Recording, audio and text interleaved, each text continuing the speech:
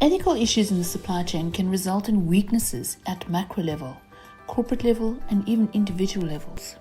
Corporate governance is a set of standards which outlines responsibilities and practices to be exercised by the board, the executive management, and all employees, with the goal of providing a strategic direction.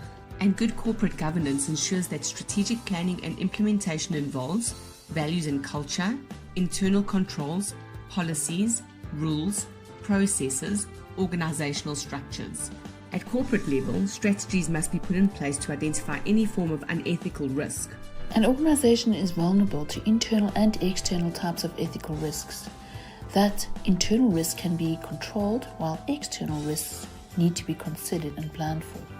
Good corporate governance places clear obligations among various stakeholders to ensure compliance and to protect the organization from various risks. And by implementing a strategic plan to deal with ethics and corrupt behavior, a business can take the following steps: audit the business current status, identify what our aims and objectives are, establish an action plan to achieve these, and measure success. All organizations are faced with risks or threats in various aspects of their business operations, none more so than in the environment of corporate governance. And different countries have different laws and regulations which influence good corporate governance. Conflicts of interest need to be avoided and prevented at all times. 2 ways to avoid this kind of conflict are: 1.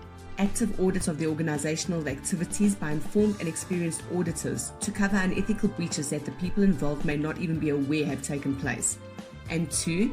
The encouragement of whistleblowing, i.e. getting people to report what they have seen if it worries them.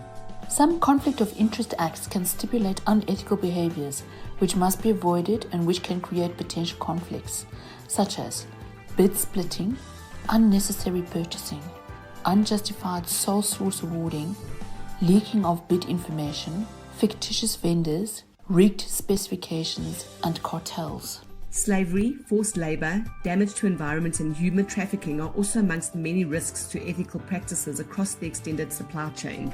Environmental ethics should be included in the Code of Ethics. By failing to protect our environment and our natural resources, we are failing to protect future generations.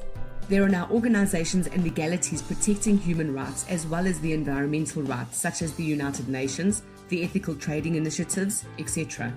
Ethics and laws are completely interrelated, and an organization's ethics have to be set from the top. Leaders, directors, and senior management are responsible for creating an ethical environment.